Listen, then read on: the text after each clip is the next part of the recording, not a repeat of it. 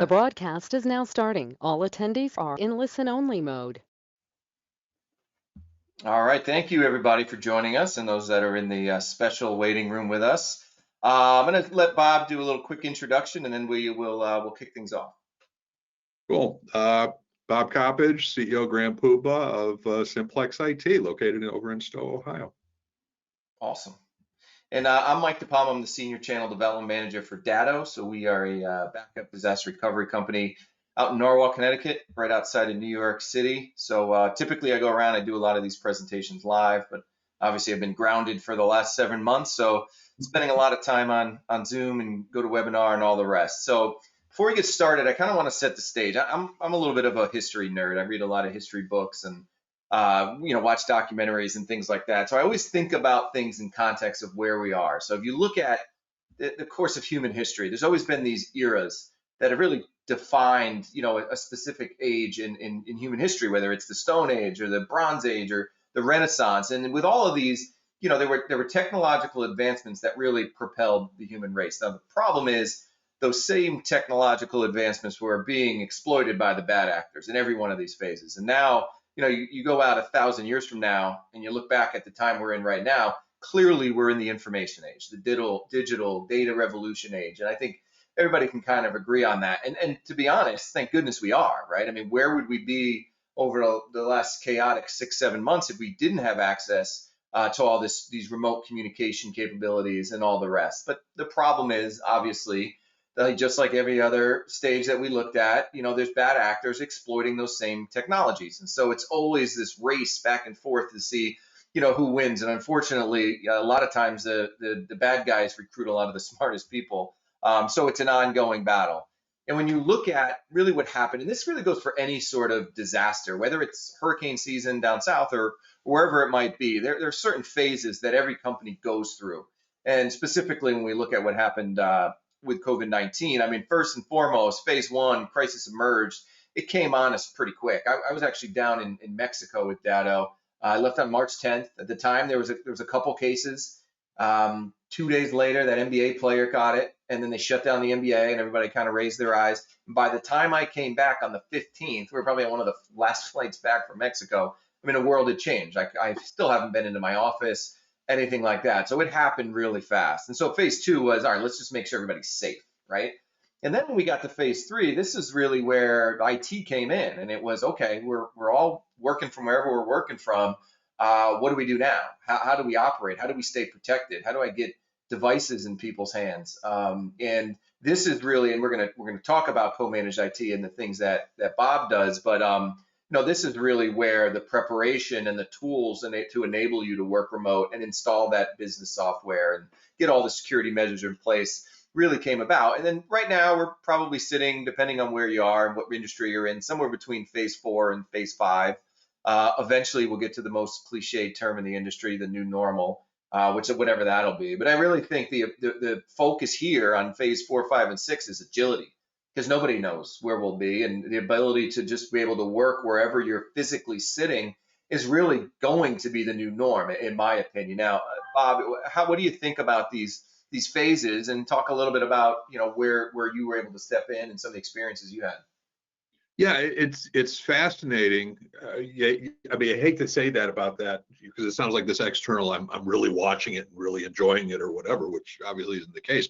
But it is so different depending upon what kind of vertical industry organizations are, as well as what's whereabouts from a geographical standpoint, as well as what was the original health of the organizations. And not only that, it also flows uphill and upstream and downstream, meaning that if your clients are affected by it, even if you're not, you run into that situation, when someone else sneezes, you catch a cold.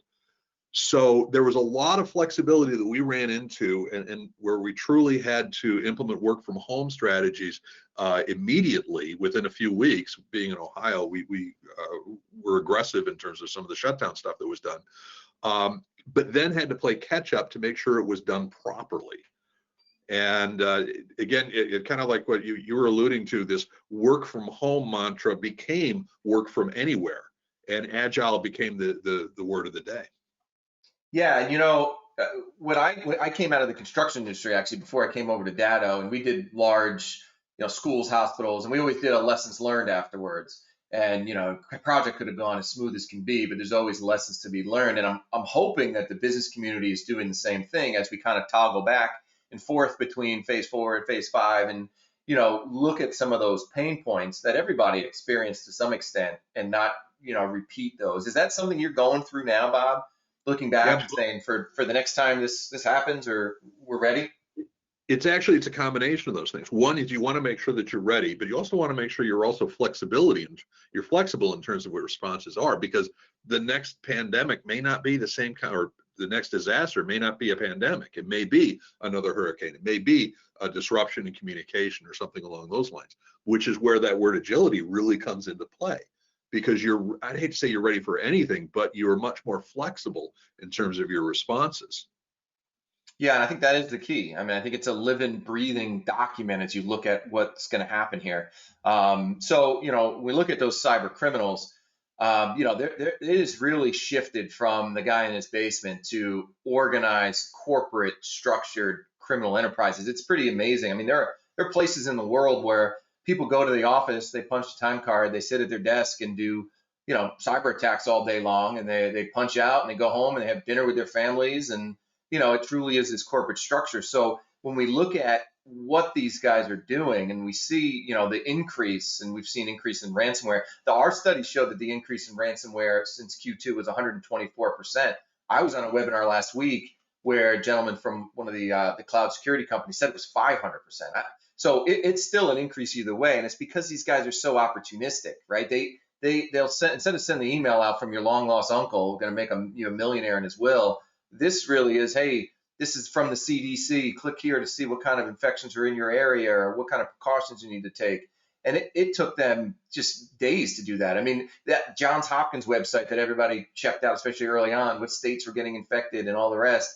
There was a mirrored website that was being shared on social media that was malicious. It looked just like anything else. So they're extremely opportunistic on that side, and that's why we really have to be really vigilant to see what we're doing. And to your point earlier about different industries, we do an internal ransomware study where we interview the managed services community, right? So folks like Bob, as well as the small business community.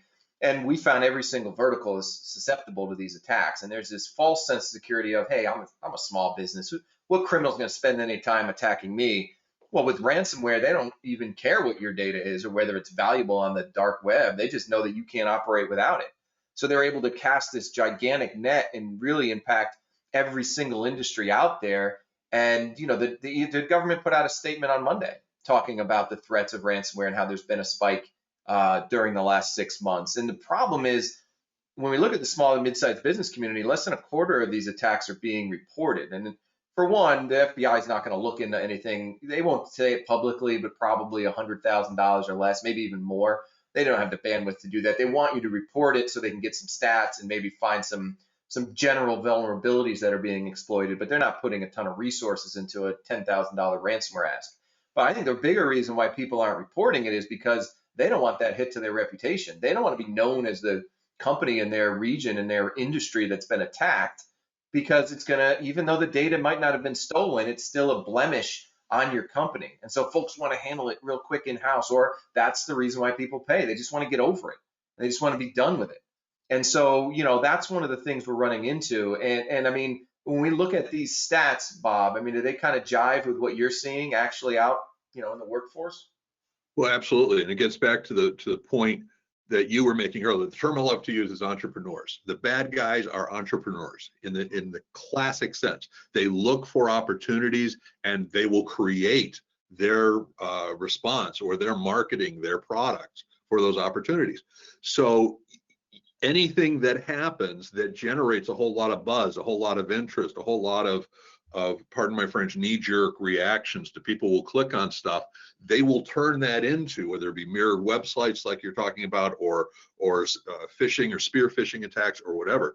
They are engaged to the point where they will hold your reputation ransom. Mm-hmm. By offering to say, basically, if you don't pay this ransom, we will let the social media world know that you were compromised. So they're holding that at bay as well. Yeah, I mean, even if you look, and sometimes you're exactly right. Sometimes it's not even about money per se, as it is, in like ripple effects and all that, scaring folks. You might have seen the story. There was a school district out in Nevada that they actually were breached, and the student records were being held for ransom, and the district didn't pay for it, and they sent out all of the student records and private information. That's a direct FERPA violation right there. And the district kind of called their bluff, and they went for it. And so yeah, I mean, these are the bad guys. I mean, they will try to exploit it. We saw it. I mean, even disgustingly, we saw it during like the school shooting spree, where they were exploiting that, and the emails were going out to CEOs saying, hey, there's an active shooter at your kid's elementary school. I mean, that's how disgusting these people are. And like you said, they're in there to make money, and they do it in bad ways. But this is what organized crime has shifted to, unfortunately. So, the way that businesses really around the world, but especially like North America is kind of at the forefront of this, have been managing their IT has shifted pretty dramatically. And one of the ways that that's happened has been this co-managed IT model, where there is an in-house team working in conjunction with a managed service provider in a true partnership, not replacing somebody, but really working in a true relationship like that. And we've seen that grow exponentially over the last year or so, but also over the last 6 or 7 months. And we did a survey. We talked to 1,100 SMBs around North America. So we got a huge sample size here.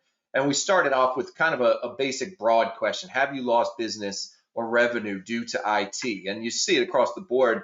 About a third of these companies have, which is a pretty staggering number. But when you look at what that actually means, it could mean various things. Did you lose clients?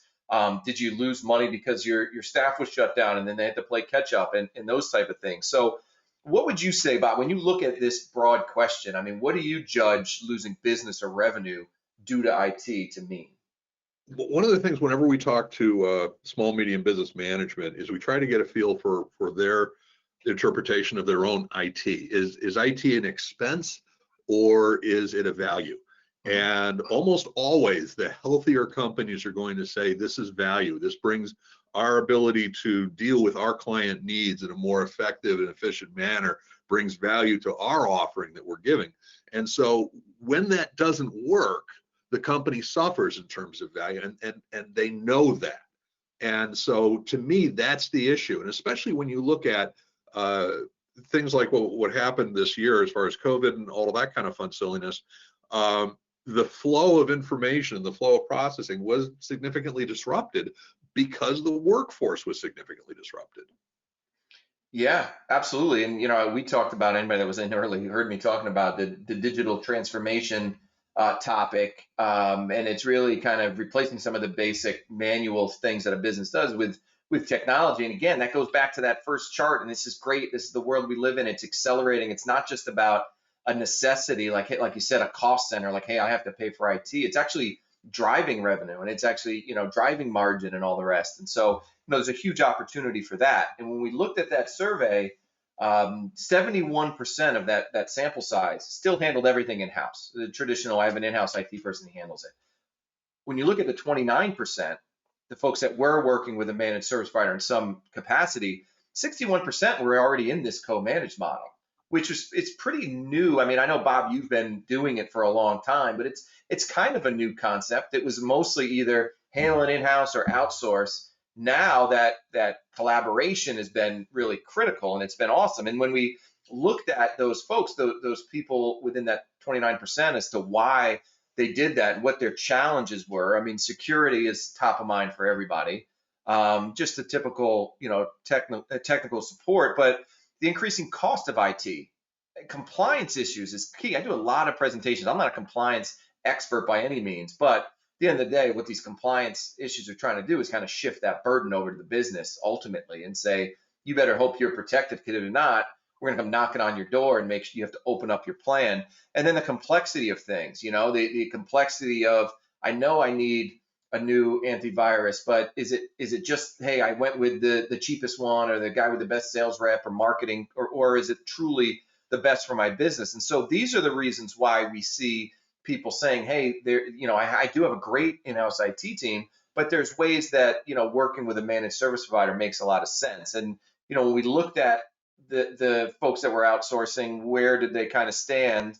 Not overly surprising. A lot of the folks 100 seats and below tended to be in that outsourced IT only. As you know, you move up market into some of the larger seat counts, you see more of a co-managed IT. But that being said, you see a lot of folks 100 seats and below working in a co-managed IT model. And I think the important thing when I first started out and talked about the shift and the mindset shift here, when we looked at how long these folks have been outsourcing their IT, that co-managed group, 29% of that big piece of the pie, were not working in a co-managed model at all 12 months ago.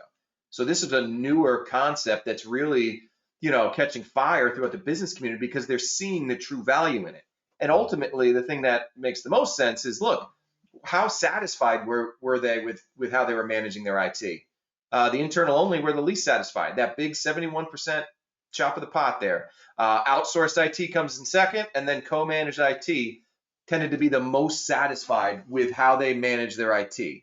And so before we get into some of the tips and tricks, I mean, talk a little bit about what that relationship actually looks like on the ground. How does that relationship that you have with existing IT company, IT staffs work?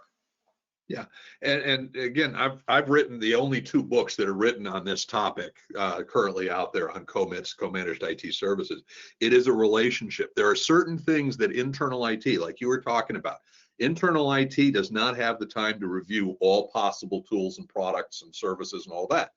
A managed service provider, that's what we do. We do have the time for that. But similarly, internal IT knows the organization better than an MSP will. So they know what the particular value drivers are. They know the particular things that really matter most better than an MSP will. That's not to say we don't care or we don't know, but we're just not as good at it because we're not there every day for 8 hours a day. So it's when it's done right, when it is a true partnership between the internal IT folks and the managed service provider, commits, it's additive. It's not a zero-sum game. The sum of the parts is actually greater than the individual parts. Yeah, absolutely. And to your point, I mean, you literally wrote the book on this. So, when we decided to go forward, I had a lot of pressure on me, Bob. I mean, you wrote the book on this. I'm hoping all my stats and stories add up here. You know what I mean? So far, so good. So far, so good. It's a B, it's a minus. So we want to talk a little bit about working together and what that looks like. And like you said, I mean, there's definitely roles in all of that. And one of the things I think is important, and we've emphasized it here, is just the idea that you are a target online. You have to create this culture of security because, when I was out on the road all the time, I'd get the question all the time, well, can you just tell me what are the chances I can get attacked? It's 100%. Everybody listening is getting attacked right now. It's a matter of whether you're stopping it from getting in. Hopefully it starts really with your people. They're not clicking on what they're not supposed to. If they do, you're not letting it in. It's this multi-layered approach, but it really is that mindset of, yes, you are a target. And that then leads to policies and procedures. This is something that is often overlooked, even with some of the larger companies, not having this written down that can be reviewed, can be updated. I know that's a big thing of what you do, Bob. And I think, again, it's great to have a second set of eyes. So talk a little bit about what that process looks like as you're starting to put together some policies and procedures with a company. There's 2 ways to think about this. Number one is the training, like you're saying, are we training our employees to do what they're supposed to do? But also are we instructing them? Are we guiding them so that they know what the expectation is? We know whether or not someone's supposed to handle a piece of machinery out on the shop floor safely because that's well documented. We know how they're supposed to report time off. We know all those things because we're used to identifying those in policies and procedures. But if we don't tell them, are they allowed to use their computers at work for for personal use, or vice versa? What are they allowed to do, supposed to do, and what are the repercussions if they muck up? Yeah, if we don't. I'm sorry, go ahead. No, I was just going to say, if we don't tell them ahead of time, how as employers can we reasonably expect them to behave appropriately? Yeah, it's exactly right. You might think it's common sense, but if it's not written down, everybody's got different interpretations of what they're supposed to be doing and what they're not supposed to be doing, and and all the rest. And that leads right into that ongoing training. A lot of companies I talk to, they say, yeah, when we onboard somebody new, they go through training.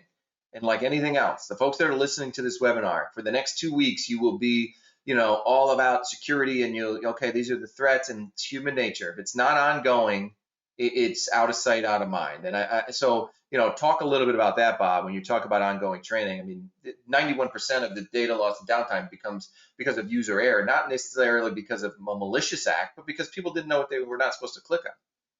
So think about this as an ongoing issue. It's what I call an infinite game. It never ends. So we've been talking about how many new ways the bad guys have come up with in order to get through your employees. So if they're coming up with new things all the time, the training needs to keep up with that. Or else, 2 year ago training, we might as well tell them how to change the shoe on a horse. Right. No, that's exactly right. And it goes to the entire IT plan. Another simple thing. I mean, these aren't things that you're making a ton of, expense on. Like password management. I'd go do panels 5 years ago, and the number one password 1, 2, 3, 4, and everybody would laugh, but it's true. And then, now, okay, I'm going to put an exclamation point in. These criminals never figure that out. I mean, there's software where they're running that will crack that in milliseconds. And so there's the password management side of things, and really, training on that, and also some tools there, but also simple things like multi-factor authentication. I mean, every day I log in, I get a push to my cell phone, and then facial recognition, and then I could add, log in. And I honestly don't know. Eventually it'll happen. The government should make this mandatory for businesses. I mean, it goes such a long way. I mean, Bob, when you go walk in the door of a new client or a prospect, I mean, how often do you see password management being a glaring issue? Oh, absolutely. It's frequent, and it's one of those where, and again, this is especially where the co-managed world comes from, because the IT people are too busy with the day-to-day operations to go and evaluate some of these tools for password management, for training, for whatever. So we kind of cross our fingers and hope on a wing and a prayer that everything's going to be okay. Yeah, I mean, people aren't checking on it. I'm sure you walk in, and somebody, they give everybody admin access because they're just lazy and didn't know what to do.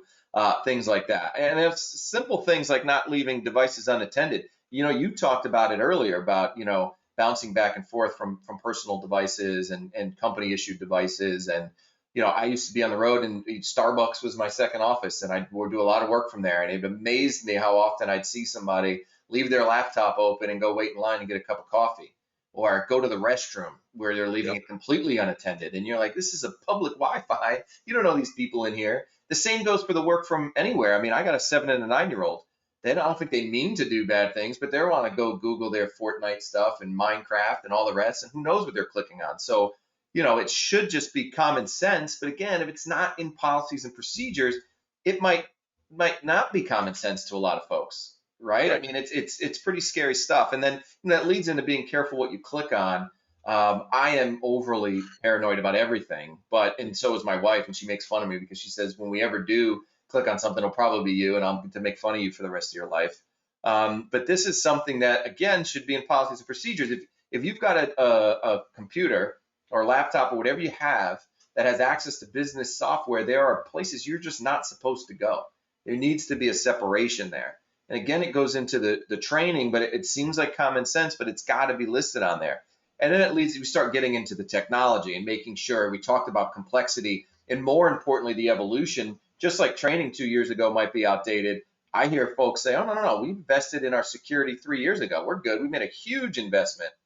And unless you're reviewing that, it's a great investment, but I don't know how valuable it's going to be. So, I mean, talk about that a little bit, Bob, about, just what kind of technologies they're working with and how you evaluate that.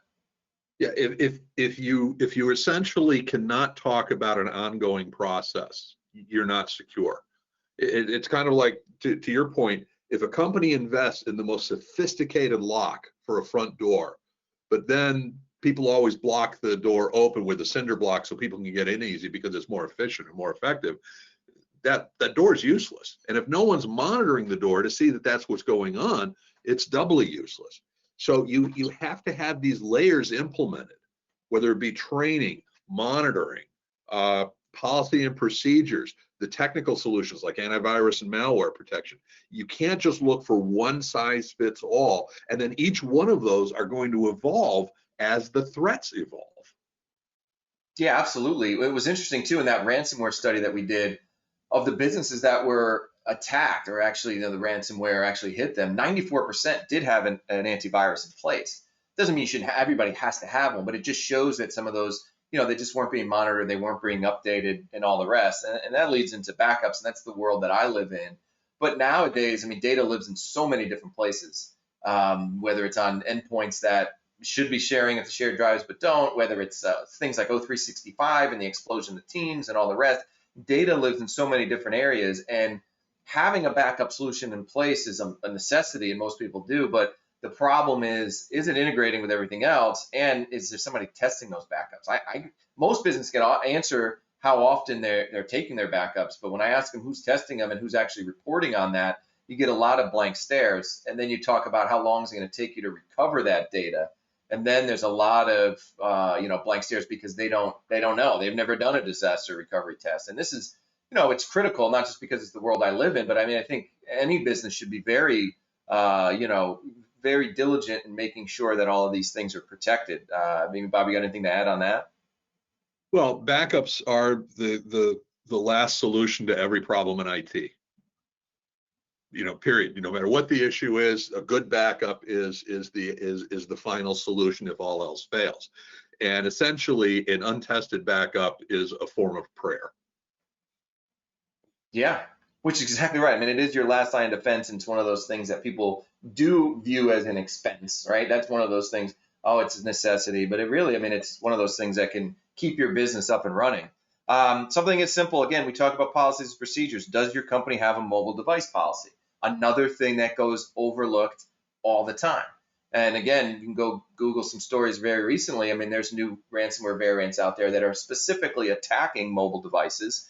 And it's something that needs to be incorporated, because there's business data that is being looked at and addressed from those mobile from those mobile devices, and then ultimately working with that managed service provider to set up the security testing configurations and those type of things. I mean, this is where there's experts like Bob that come in and can do those type of things, and so it becomes a holistic approach in terms of what that relationship looks like. But Bob, is there anything on here that I might have missed in terms of what that relationship looks like?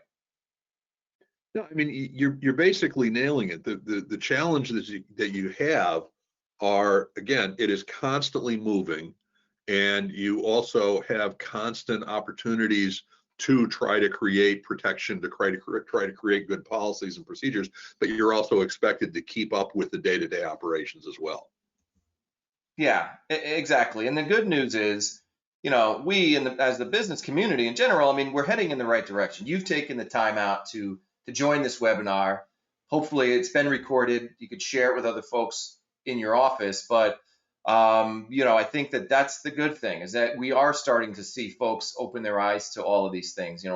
We did that study year after year, and 95% of the managed services community agreed that things like ransomware were a huge epidemic right now. We talked to the business owners. That number was under 40% 2 years ago, which is crazy to me. And now it's up over 50%, but still way too low, which means that Bob and I aren't doing a good enough job going out there and educating these folks. But we're heading in the right direction. I think we're seeing now the reliance on our technology more than ever.